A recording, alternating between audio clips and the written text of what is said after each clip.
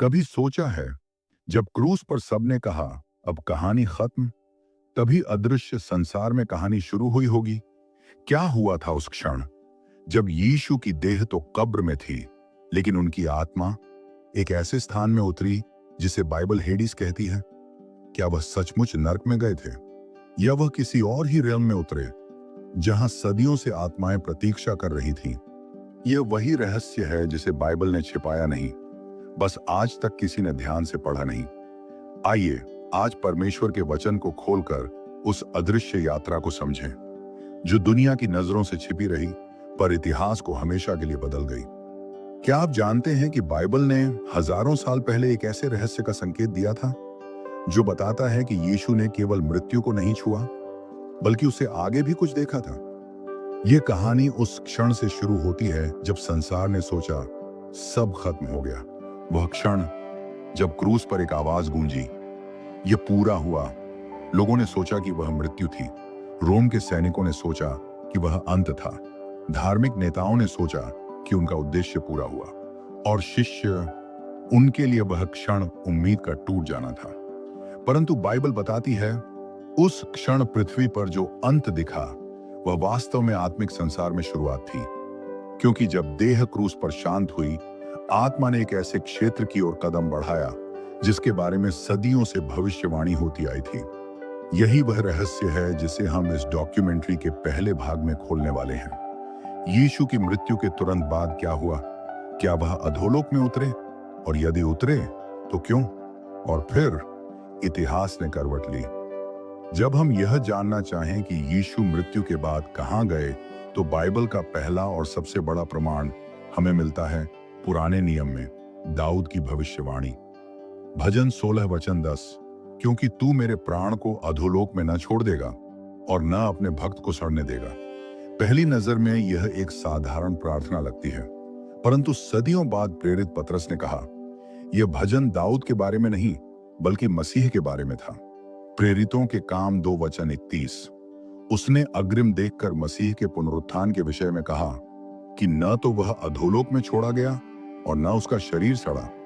ध्यान दें, पतरस यह नहीं कहते कि यीशु अधोलोक में नहीं गए, वह कहते हैं कि वहां छोड़े नहीं गए। यह छोटा सा वाक्य सदियों का एक विशाल द्वार खोल देता है, क्योंकि इस वचन का अर्थ केवल इतना है, मसीह अधोलोक तक गए, पर वहां रुके नहीं। और फिर रहस्य और गहरा हो जाता है।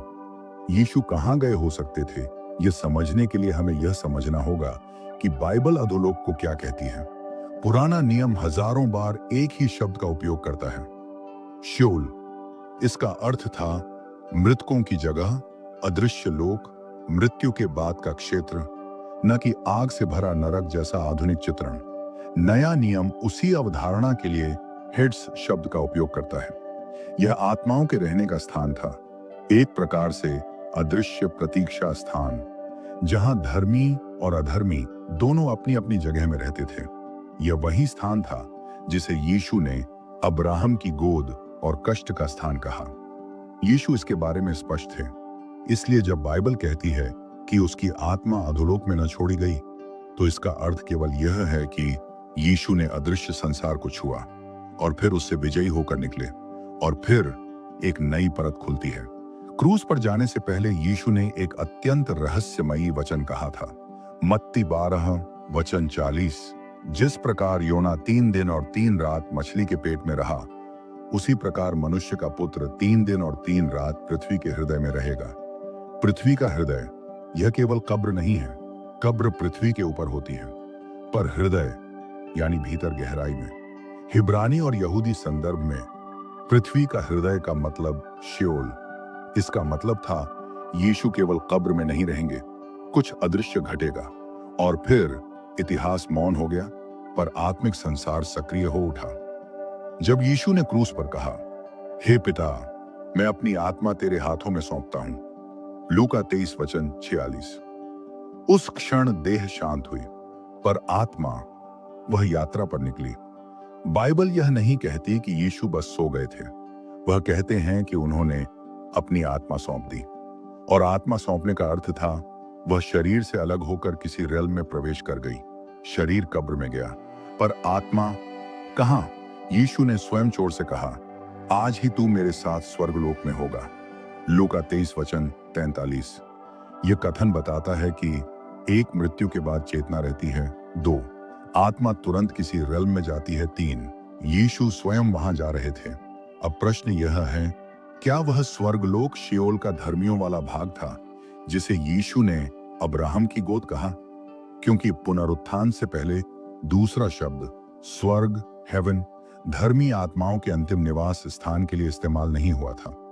इसलिए बाइबल संकेत देती है यीशु शियोल के धर्मियों वाले भाग में गए, पर क्या बस वहीं रुक गए? और फिर आगे जो सत्य प्रकट होता है वह अत्यंत शक्तिशाली है। प्रथम शताब्दी के मसीही बार बार एक ही बात लिखते थे, Christ descended to the dead. यीशु मृतकों के स्थान में उतरे। यह बाइबल पर आधारित था। प्रेरितों के काम 2:31 इफिसियों 4:9। वह नीचे पृथ्वी के निचले भागों में उतरा। 1 पतरस 3:19। उन्होंने जाकर आत्माओं को प्रचार किया। यह आगे आएगा भजन 16:10। कलीसिया ने यह नहीं कहा कि यीशु दोषियों के नरक में गए। उन्होंने कहा वह मृतकों के रेल्म में उतरे, और यदि वह उतरे तो वहां पहुंचकर क्या हुआ होगा? यह प्रश्न हमें आगे की ओर ले जाएगा, परंतु अभी हमें उसी रेल्म को समझना है जहां वे उतरे थे। और फिर रहस्य गहराता है। यीशु ने लूका 16 में एक अद्भुत प्रकाशन दिया। अधोलोक 2 भागों में था।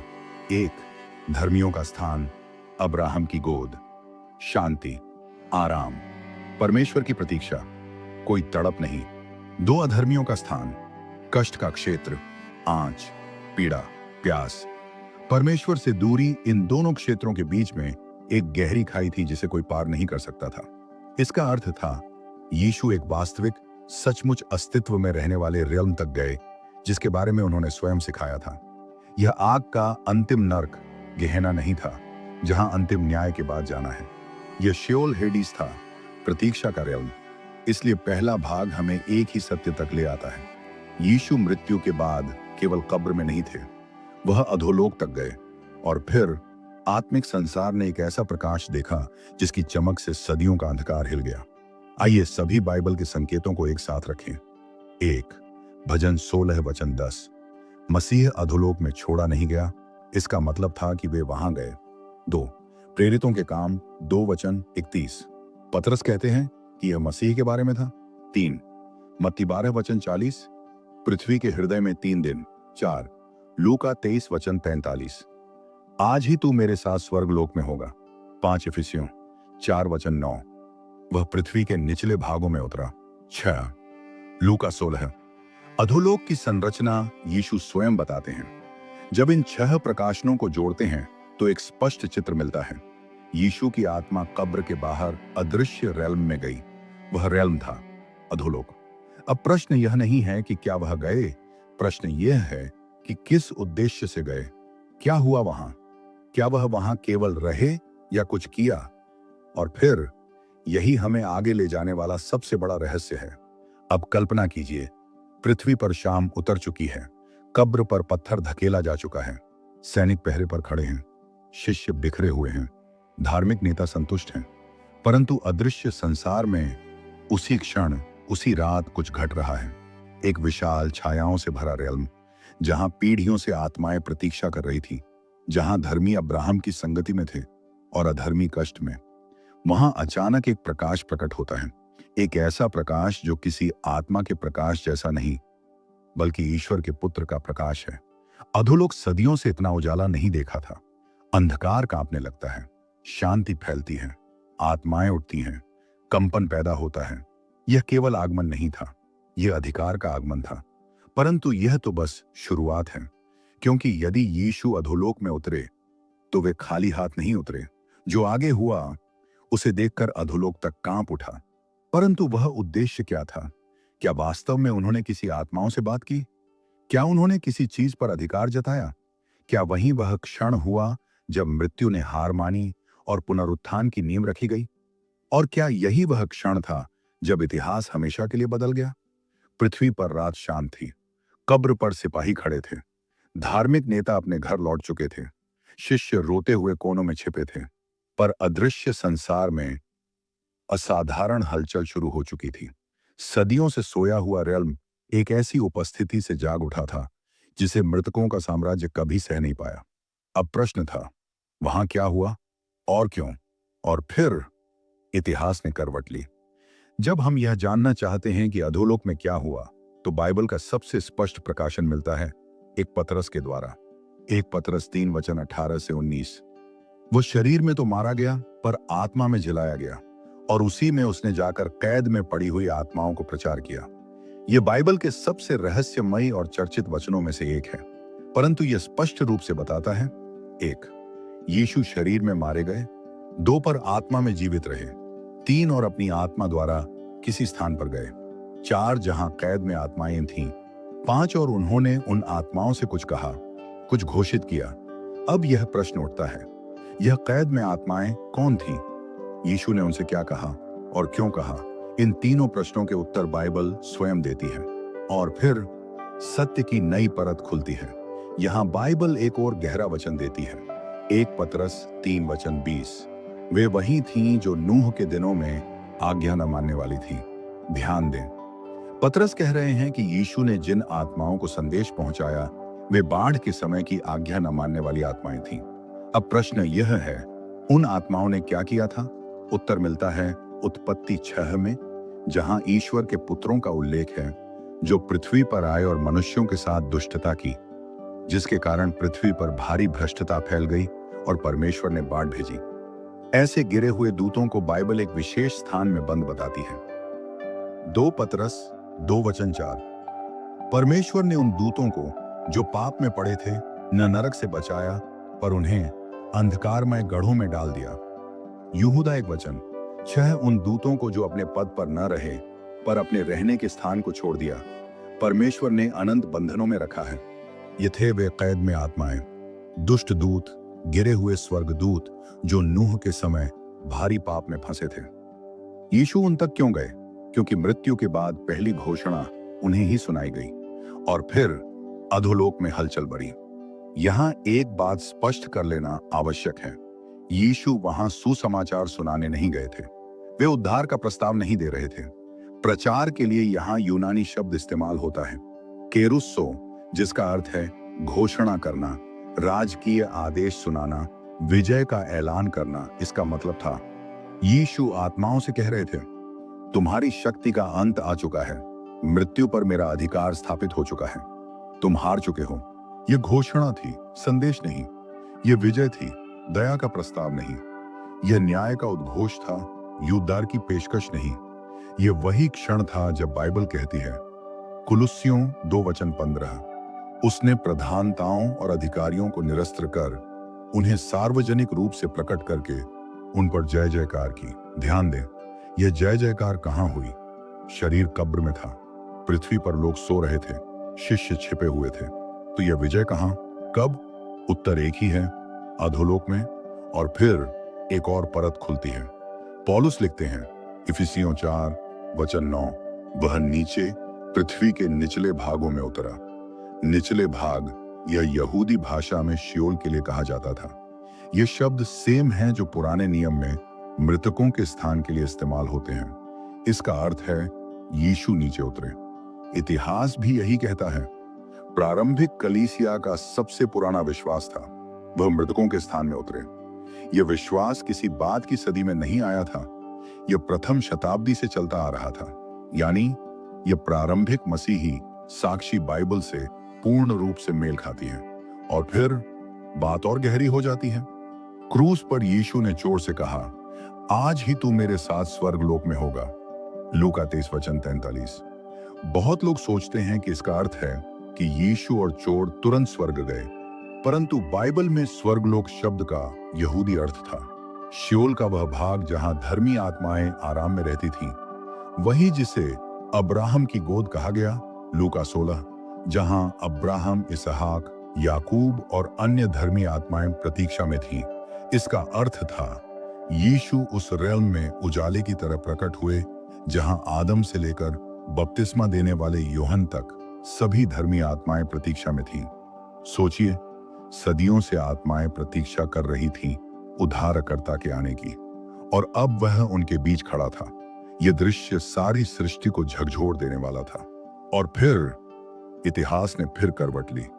इब्रानियों की पुस्तक एक अद्भुत सत्य बताती है। इब्रानियों 11 वचन 39 से 40, ये सब विश्वास के द्वारा अच्छे गवाही पाए पर प्रतिज्ञा को न पाया। वे प्रतीक्षा कर रहे थे किसकी? मसीह के कार्य के पूरे होने की। जब यीशु अधोलोक में पहुंचे, उनकी मृत्यु, संपूर्ण बलिदान अब पूरी हो चुकी थी। धर्मियों को वही क्षण मिला जिसके लिए वे सहस्राब्दियों से प्रतीक्षा कर रहे थे। इसी कारण मत्ती एक रहस्य लिखते हैं। मत्ती 27 वचन 52 से 53, कई संतों के शरीर जो सो गए थे जी उठे। ये केवल पुनरुत्थान की शक्ति का संकेत नहीं था। ये बताता है कि धर्मी आत्माओं पर यीशु का प्रभाव उसी क्षण से शुरू हो गया जब उन्होंने मृत्यु को छुआ। और अब कहानी हमें एक और महान रहस्य की ओर ले जाती है। अब बड़ा प्रश्न, क्या यीशु कष्ट के स्थान में भी गए? बाइबल यह नहीं कहती कि यीशु अधोलोक के आग वाले क्षेत्र, कष्ट स्थान में जाकर दंड भुगतने लगे। यह असत्य है और बाइबल इसका समर्थन नहीं करती। पर बाइबल यह कहती है कि यीशु ने उन आत्माओं को भी घोषणा की जो नूह के समय पाप में पड़ी थी और जो अंधकार में बंद थी। इसका अर्थ यह है, यीशु ने अधोलोक के पूरे रियल्म पर अधिकार प्रकट किया, जैसे एक विजेता राजा किसी पराजित राज्य की सभी सीमाओं पर जाकर अपना अधिकार घोषित करता है। उन्होंने न तो पीड़ा सही न दंड पाया, बल्कि दंड देने वाले राजा की तरह प्रवेश किया। और फिर अधोलोक का अंधकार प्रकाश के सामने टिक न सका। प्रकाशित वाक्य में यीशु कहते हैं, प्रकाशित वाक्य 1 वचन 18, मैं जीवित 18 हूं, मैं मर गया था और देखो मैं युगानुयुग जीवित हूं और मृत्यु और अधोलोक की कुंजियां मेरे पास हैं। यह कुंजियां कहां मिली, कब मिली, कैसे मिली? यह पृथ्वी पर नहीं मिला, क्योंकि शरीर तो कब्र में था। यह कुंजी प्राप्ति अधोलोक में हुई। जब मसीह ने अंधकार पर अधिकार की घोषणा की, तभी उन्होंने मृत्यु की शक्ति को हराया। यह वही क्षण था जिसे पौलुस कहते हैं 1 कुरिन्थियों 15 वचन 54 से 55, हे मृत्यु तेरी जीत कहां रही? हे मृत्यु तेरा डंक कहां रहा? यीशु ने यह वचन कब पूरा किया? अधोलोक में। इसलिए यीशु केवल विजेता नहीं थे, वे विजेता होकर गए और राजा बनकर लौटे। और फिर घटना नई दिशा लेती है। बाइबल से जोड़कर देखें तो यीशु ने अधोलोक में 3 महान काम किए। एक घोषणा, उन्होंने दुष्ट आत्माओं पर विजय की घोषणा की, 1 पतरस 3 वचन 19। 2, धर्मियों की स्वतंत्रता, उन्होंने उन आत्माओं को मुक्ति दी जो पुराने नियम में मसीह की प्रतीक्षा कर रही थीं, इब्रानियों 11, लूका 16। 3, मृत्यु और अधोलोक की चाबियां लेना, उन्होंने मृत्यु के क्षेत्र पर अधिकार लिया, प्रकाशित वाक्य 1 वचन 18। इन 3 कार्यों ने पूरे सृष्टि इतिहास को बदल दिया।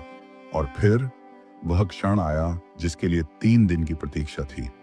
अब कल्पना कीजिए, अधोलोक में प्रकाश खड़ा है, दुष्ट आत्माएं कांप रही हैं, धर्मी आनंद से भर रहे हैं, स्वर्गदूत स्तब्ध हैं और मृत्यु पहली बार हार का स्वाद छक रही है। अधोलोक की दीवारों पर एक ही आवाज गूंज रही है, मैं जीवित हूं। और उसी क्षण, वह विजयपूर्ण क्षण, जब यीशु आत्मिक रेल में खड़े थे, कब्र पर कुछ होने लगा। पत्थर हिलने लगा, धरती कांपने लगी, आकाश थरथराने लगा, क्योंकि अब समय आ चुका था वापसी का। अब हम देखेंगे पुनरुत्थान का वास्तविक आध्यात्मिक अर्थ, मृत्यु पर अंतिम विजय, अधोलोक का द्वार सदा के लिए कैसे बंद हुआ, मानव जाति के लिए इसका अर्थ क्या है, और फिर सत्य अपने चरम पर पहुंचेगा। क्या आप जानते हैं कि वह क्षण कब आया जब मृत्यु ने पहली बार महसूस किया उसकी शक्ति अब समाप्त हो चुकी है? यह कहानी उसी क्षण से शुरू होती है जहां अधोलोक की गहराइयां कांप रही थीं और मसीह अंधकार पर अपना अंतिम कदम रख रहे थे। सदियों से जिस रेल्म पर मृत्यु का अधिकार था, अब उसका दरवाजा पहली बार किसी ने भीतर से नहीं, ऊपर से तोड़ा। बाइबल कहती है, प्रकाशित वाक्य 1 वचन 18, मैं मृत्यु और अधोलोक की कुंजियों का धारक हूं। कुंजियां केवल वही ले सकता है जो किसी जगह पर जाकर उसे जीत कर वापस आता है। और अधोलोक जान गया, वह क्षण आ गया है। धर्मी आत्माएं जो अब्राहम की गोद में प्रतीक्षा कर रही थी, अब उस प्रकाश की ओर देखने लगी जो पहले कभी नहीं आया था। यह उद्धार का क्षण था। वे सदियां जो इंतजार में बीती थीं, पल भर में पूर्ण हो गईं। मसीह ने उन्हें केवल देखा ही नहीं, बल्कि उन्हें वहां से निकाला। इसी सत्य को इफिसियों 4:8 में लिखा है, उसने बंदी बनाए हुए लोगों को साथ ले लिया।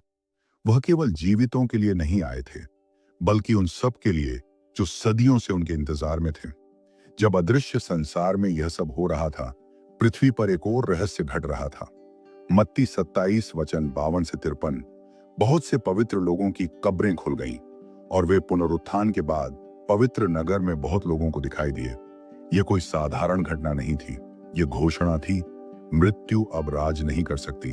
और फिर तीसरा दिन, एक पत्थर जो मनुष्य ने लगाया था, उसे उस शक्ति ने हिला दिया जिसे मृत्यु रोक नहीं सकती।